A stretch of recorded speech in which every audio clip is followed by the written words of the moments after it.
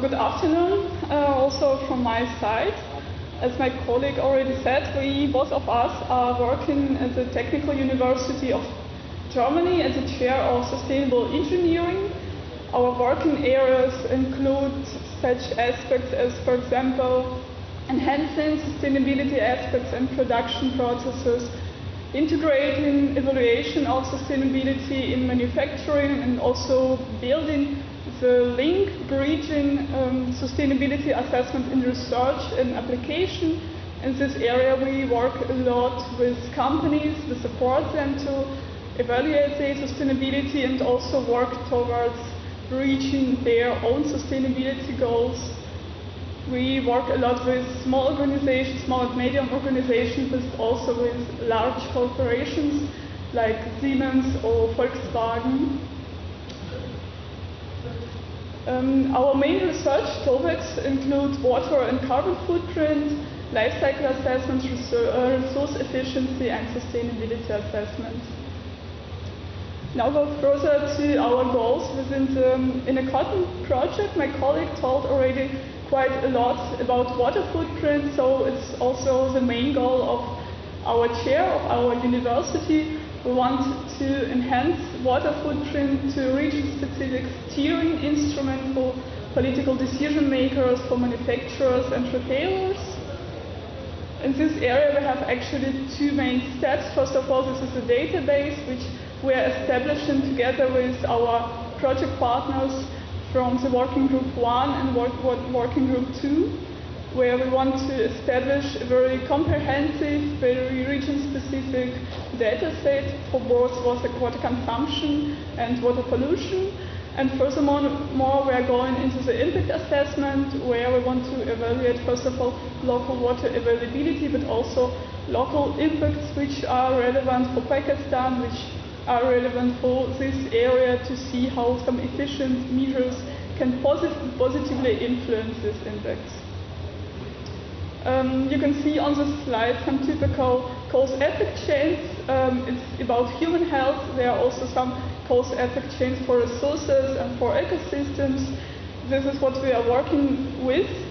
The first one is an example for cotton cultivation, and the second one for textile production. So going from liters, from water consumption, through evaluating water availability, we can estimate or model health impacts, and that's why we can also apply this for manufacturers to identify hotspots or to measure how some efficient technologies can contribute to achieving sustainable development.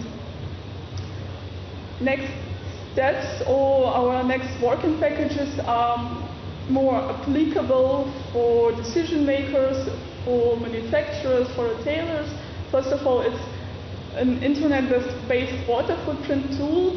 As you already heard in other presentations, retailers are interested now more and more in evaluating the environmental performance, not only directly in the company but in the value chain. So with this tool they can identify which processes cause the largest impacts and where the efficient technologies are very necessary.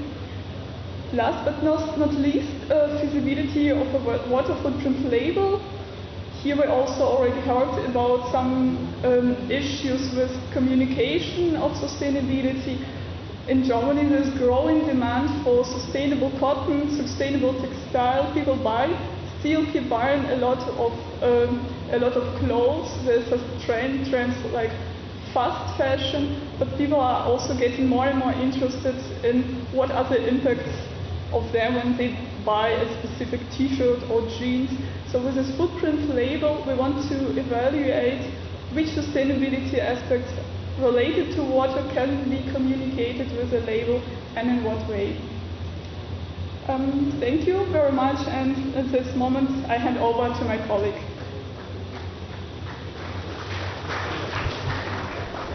Yes, thank you. Hello to everybody. My name is Christina Wenke. I'm also representing IWW Water Center, just as my colleagues Tim Austerbeek and Rike Becker. But different to my colleagues from the Water Resources Department, I'm representing the Water Economics Department. which I'm also leading as deputy head. So as you can guess, my task will be slightly different from the task that my two colleagues will do. I will be responsible for assessing the effects of the measures that are proposed by the other clusters. We will therefore build scenarios based on the measures that are proposed by the textile and the cotton experts, and try to assess them together with the colleagues from TU Berlin. We will do this referring to the indicators that are proposed by the Action Group on Sustainable Development Indicators. Therefore, I'm very thankful for the presentation that was given by Mr. Farid before, and I'm looking forward to a good collaboration with the urban unit. Thank you.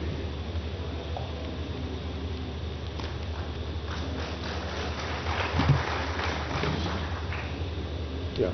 Dear audience, the Lippe-Verband is one of the biggest German wastewater treatment associations, and our goal is to keep the area clean, to maintain nature, and to clean the wastewater in a good manner. So this picture shows how our catchment area looks like, and it is not only agricultural area, it is also a quite industrial area. So what are the major tasks of a German water board? One of our major tasks is to keep stormwater management in a good manner. That means due to climate change there will be much more stormwater events, and we will be prepared for it, or we should be prepared for it.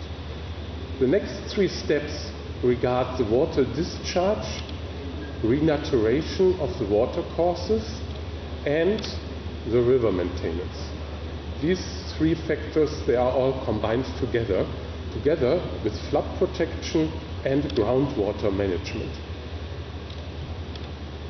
And our major task is to clean the water of more or less 6 million inhabitants plus industry, and to dispose the waste which is combined to this wastewater treatment. So, as you already have recognized, all these tasks are combined together. So that's the reason why it is all in one company, in one association. And we call it integrated river-based management. So, and this might be one of the main causes of the trainings. So how can we, such an organization, help Pakistan, Punjab, to transfer the knowledge that we have to Pakistani relations? And this will take place 2018. And there's another possibility to make the area more climate-proof. We invented the Future Cities Adaptation Compass, and this compass is for making areas climate-proof, and maybe that is also an option for a training course. And in 2019, we are planning to make 1-week excursion to Germany to visit our catchment area, but also the project partners and the plants. This will be in cooperation with the FIF from Aachen. So if you have more questions, you can ask in the meeting in the afternoon. Thank you.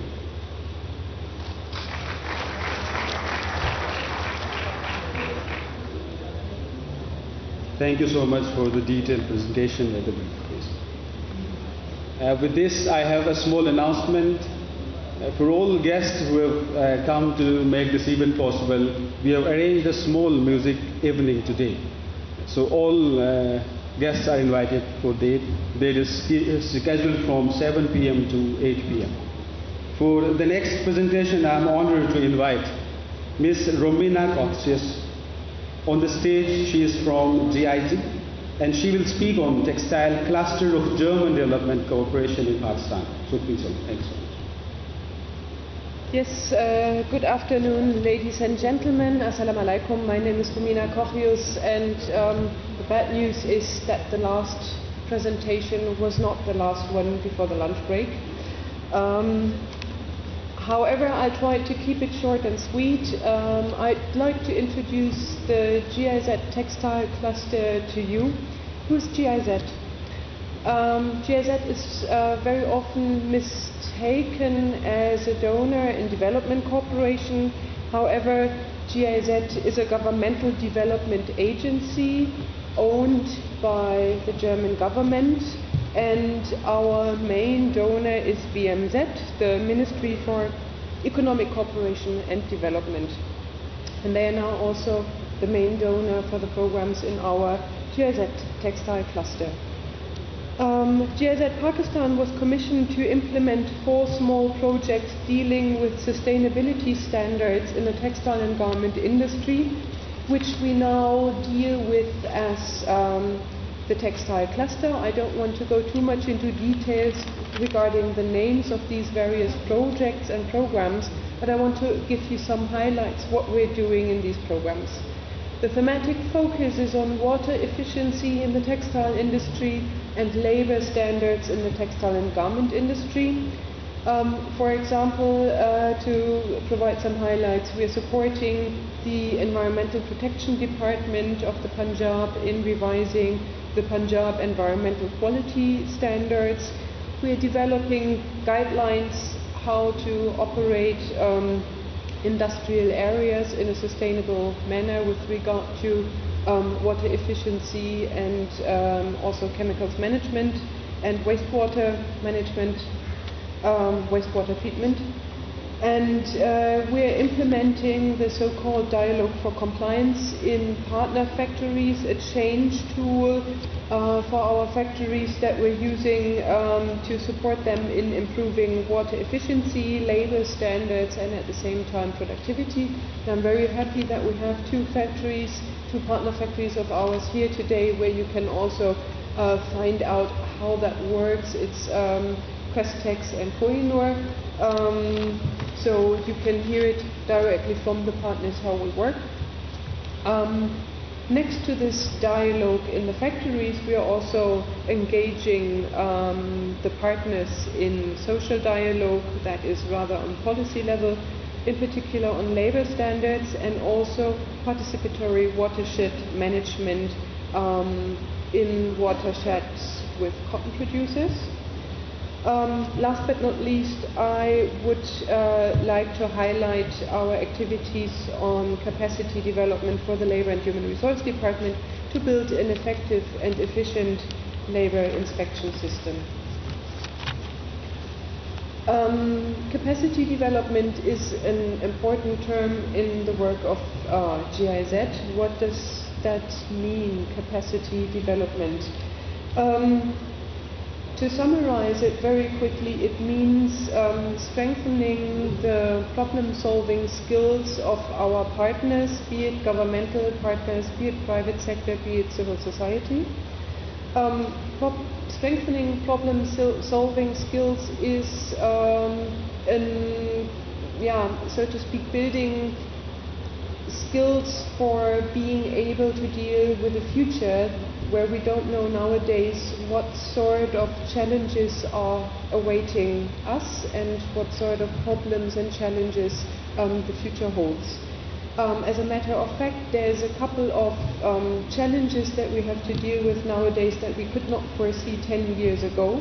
And in 10 years from now, we will have to deal with challenges that we had no idea about nowadays.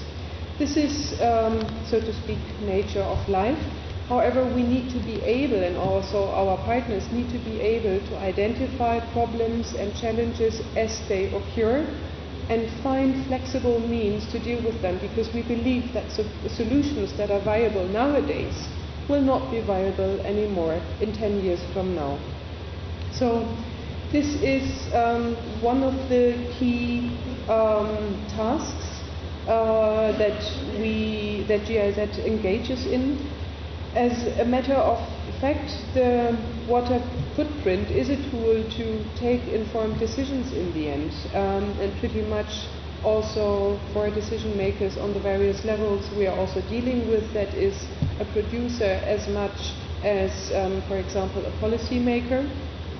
And taking informed decision is, of course, the product or the result of capacity development, which is why we're so very happy in GIZ to support the InnoCotton project. This is something where we have, so to speak, a shared interest, and why we're happy to support this project here with our network locally in Pakistan.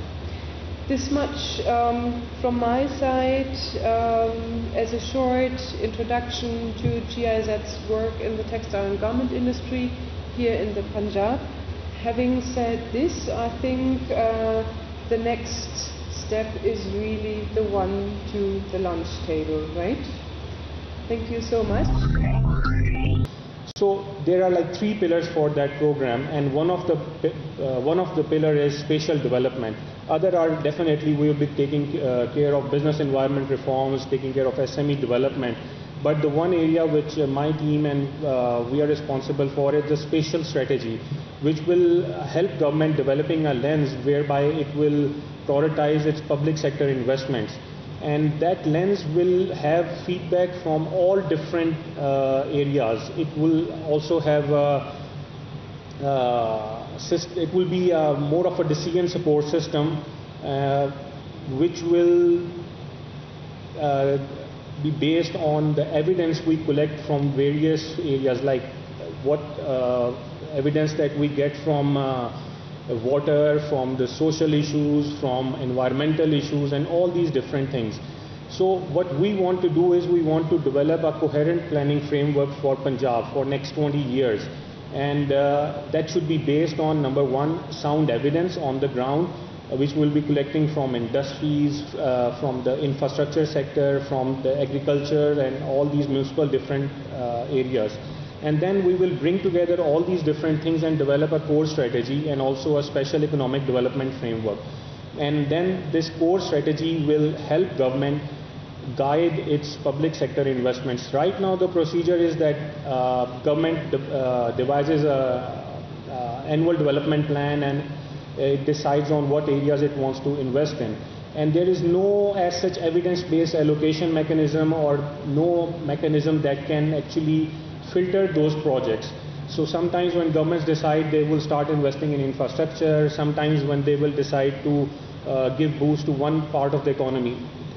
Through this lens, government will be able to look at various building blocks which could be related to the solid waste management or land use policies and all these different things.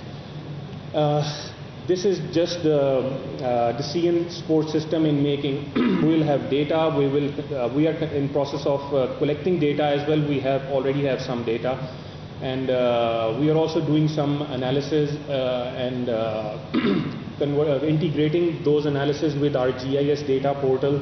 We'll be doing case studies, and then definitely we'll come up with a decision support system. This we have already discussed.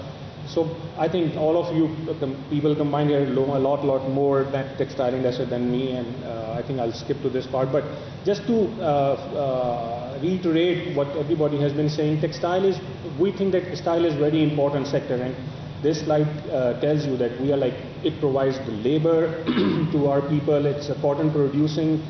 It not just provides it is one of the largest text providers as well.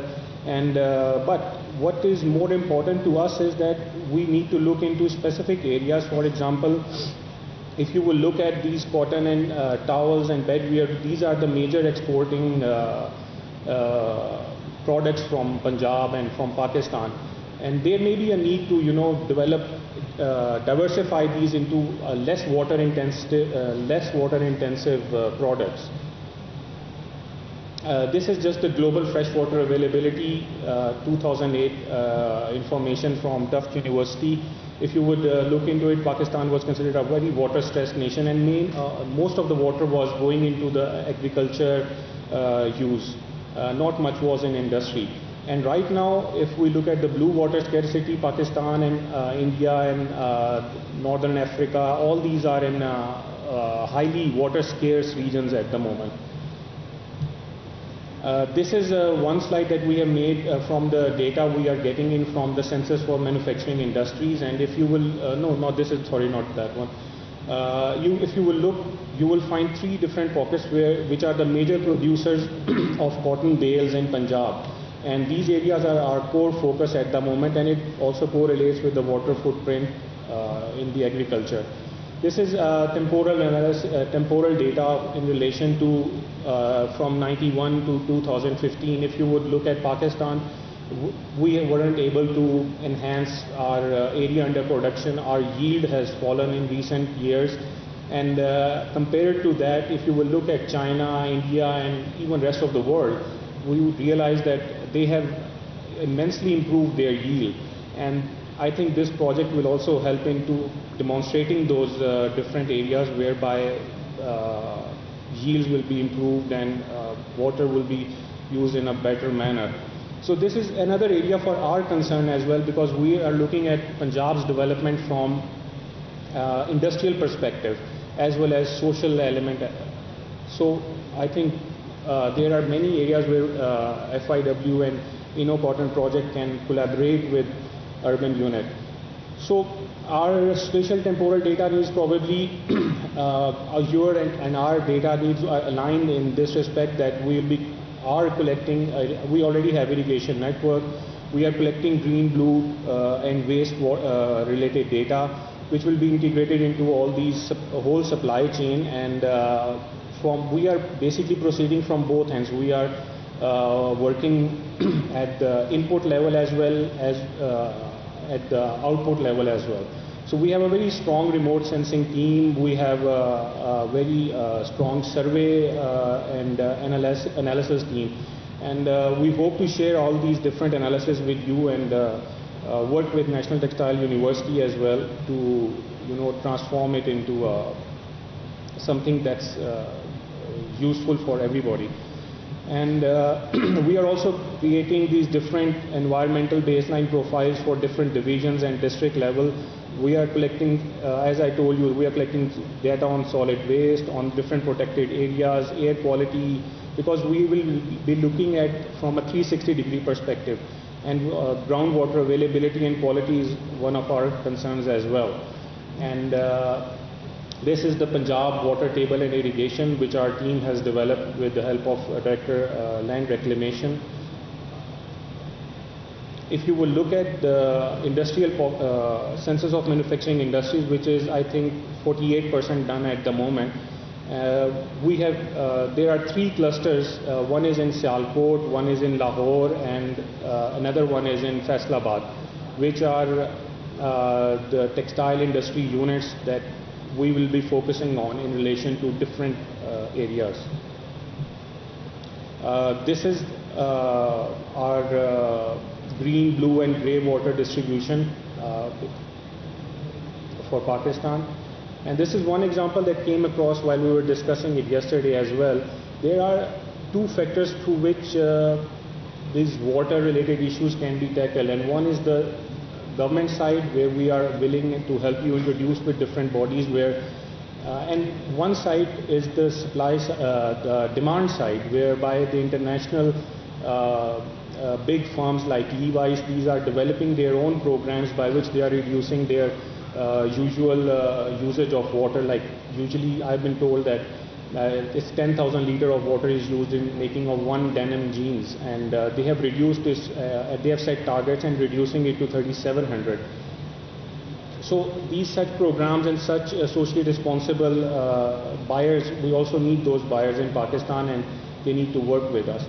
And in terms of how we want InnoCotton and Punjab Special Strategy to work together, because we want you to be our partner, and we are hoping to work with you in data collection processes, and then together we can do analysis where which can overlap our different areas. We are also one of the focal bodies for UNDP's SDG Sustainable Development Goals.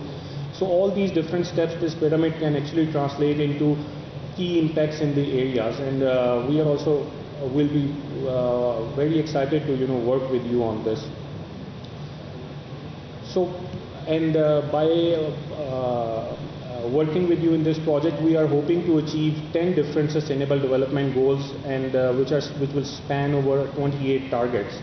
So we are hopeful that this collaboration will bear a lot of fruitful results for everybody. So, and currently our main goal would be to take Pakistan from the dilution and treatment stage to the sustainable development stage, whereby the expensive technologies like recycling and cleaner production are made available in Pakistan, and we are able to use them for sustainable consumption and then naturally the sustainable development of Punjab. So there are a couple of areas where we think that how we can interact. One is we can increase share of green water footprint, and number two, minimize blue water footprint and eliminate grey water. So we'll be more than willing to discuss these different things with you, and we are hopeful that it will be a great team to work with. Thank you.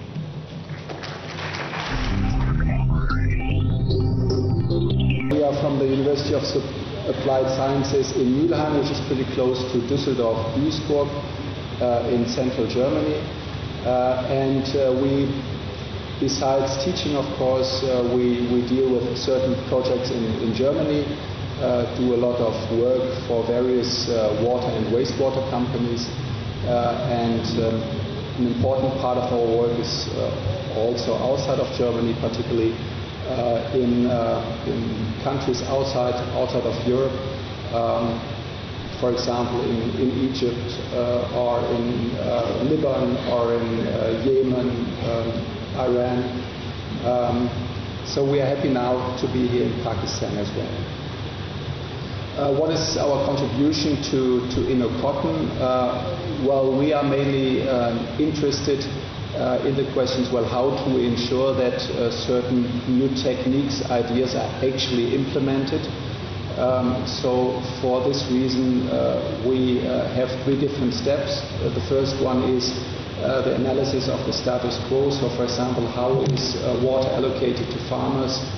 Who is monitoring the water abstraction? What actually happens if farmers use too much water? And all of these issues we are dealing with from what we call formal rules as well as informal ones. So what is actually leading the farmers to act in a particular way? The second issue is that we get the results from Mr. Tischbein, the one who firstly presented. So he comes up with certain technical options, and we ask, well, how expensive are actually these technical options to use water more efficiently, and do the farmers actually have incentives to apply, to implement these new methods? And together with as many Pakistani partners as possible, we want to derive conclusions and recommendations how to actually make these different approaches to use water more efficiently, to put them into practice, and to analyze how do we finance these mechanisms, but also to look on the incentive side, what kind of incentives do the farmers need to actually implement these approaches. Okay, now I would like to hand over. So it's me again. I'm not also working for the next company, but unfortunately my colleague Philip Teuring from the SEBA company couldn't be here due to visa issues. So I'm presenting his slides as well now. So SEBA Hydrometry was founded in 1967 in Germany, and it's one of Europe's leading companies for environmental monitoring equipment. So they have 50 years of experience in the field of groundwater, surface water discharge, water quality, meteorology, sewage water. So they do all the equipment, they develop equipment themselves, which you can later on use in the field, or also, for example, at the industry level.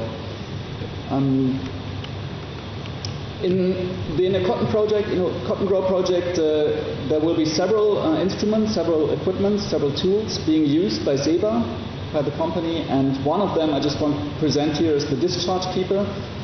So it's a new technology which is a camera-based non-contact optical flow measurement for natural water streams and irrigation channels. So this way We get really exact data in space and time about water levels in streams. So it's non-intrusive, and we also have remote transmission of the data. So it goes directly to servers. You don't need to go back to the field to collect the data. So it's an online system as well. In addition to the discharge keeper, there will be several other instruments implemented, and few of them are, for example, groundwater multi-parameter probes, which will be implemented here at various sites. But also there will be at the UAF, at the university, we will have a test site. We will use the current test site and also implement technology there. And we will also, at the last point, we will also have a mobile system, so which we can move around the area, so that we can, wherever we think it's important, where we consider hotspots, that we can actually use these mobile equipment there to measure any water flows, but also water quality, of course, which is important. And that's it. Thank you. My name is Christian Baji, and I'm representing here in Pakistan CHT Group. So I'm here with Ms. Dr. Lore. She's heading the project in Germany. So I'm happy to give you some short overview about the CHT concept for saving water, time and energy. So short introduction about the CHT Group. So we are your partner for the sustainable success. That means we have several procedures which we want to implement into the markets and help you to save water, time and energy. So CHT Group and our smart chemistry consists on 4 areas. So we have the business field textile, which is the biggest part of our company. Then the general industry, textile care and construction assembly. So let's have a look in the business field textile. So we're producing approximately 150,000 tons per year, auxiliaries and dyes, additives in 17 production sites worldwide. So we are offering to our customers fiber auxiliaries, pretreatment auxiliaries, dyeing, dyes auxiliaries, finishing, coating, textile printing and silicone, and also products for the inkjet printing. So our key markets are apparel, home textiles, technical textiles, non-wovens and carpets. So short facts and figures about the CHT Group. CHT was founded in 1953 by Mr. Reinhold Beidlich. So our headquarters is located in Germany, in Tübingen. And we are represented worldwide by 22 companies. And all these companies, we have around 200 staff members, people which are working with us. So we're serving our products to about 9,000 customers worldwide at the moment. And our product portfolio consists on 5,000 products. So we have sales activities in about 120 countries, and our sales in the last year were around 420 million.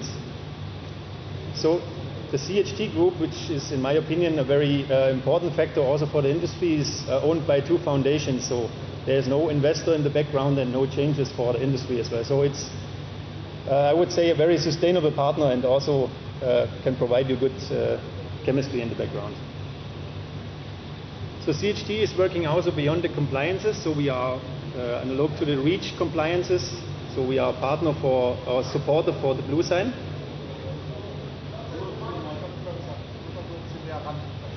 Wieso schaltest du, oder? Einfach nur näher ran, das war alles gut. Okay.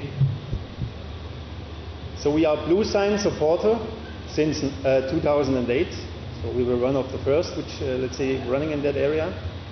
So we support the ZDHC initiative, and all of our products are according to GOTS and Ökotex blue sign, of course. So just as an example, we offer recommendation lists for Lidl, H&M, Tesco, ZDHC and other big brands as well. So we support the customers and brands in meetings and changing regulatory and market requirements. So CHT Group is the preferred partner for leading references in sustainable chemical solutions in the markets worldwide. So this is our CHT vision statement. So, and the objective to be partner in the InnoCotton Grow is the development of global textile markets, focus on emerging markets, and the expansion of ecological products as contribution to sustainable textile production. So we have a good concept for saving water, time and energy. And here's just an extraction of some selected products which we are already implemented also here in the market. And we have done the procedures together with TEES to optimize these procedures in their premises on a bigger machine that we are able to transfer it directly to the industry. And together with the partner TEES, we can optimize the procedures there. So we have just 4 components here, which I want to shortly introduce. A vario bleach, where we can optimize the bleaching procedure in all temperature ranges, getting very good results. So our Sarabit MIP is a leveler for dyeing, so you can dye also critical shades in very low liquor ratios. We are offering a good dye stuff range, where we are able to dye at a temperature of 40 degrees. So the conventional dye stuffs are in the range of 60 degrees to have a good fixation. And this dye is offering a very good fixation rate, means 90% approximately is being fixed on the material and not drained into the wastewater. So in the soaping concept, with our Coteau Blanc SEL, we are able to do the soaping at about 40 degrees with very good results. Means we can reduce the soaping baths at the end of the stage from 2 to 1, and lowering down the temperature also from 95 to 60 or 40 degrees in special shades. So all around you see we can save 20% of water, 63% of energy, and so on, 80% of the time. So a very economic procedure which we can offer. So that's from our side. So you are welcome also in the industry with our team from CHT Pakistan, so they can support the textile industry here in Pakistan with a very good expertise and technical knowledge. Thanks.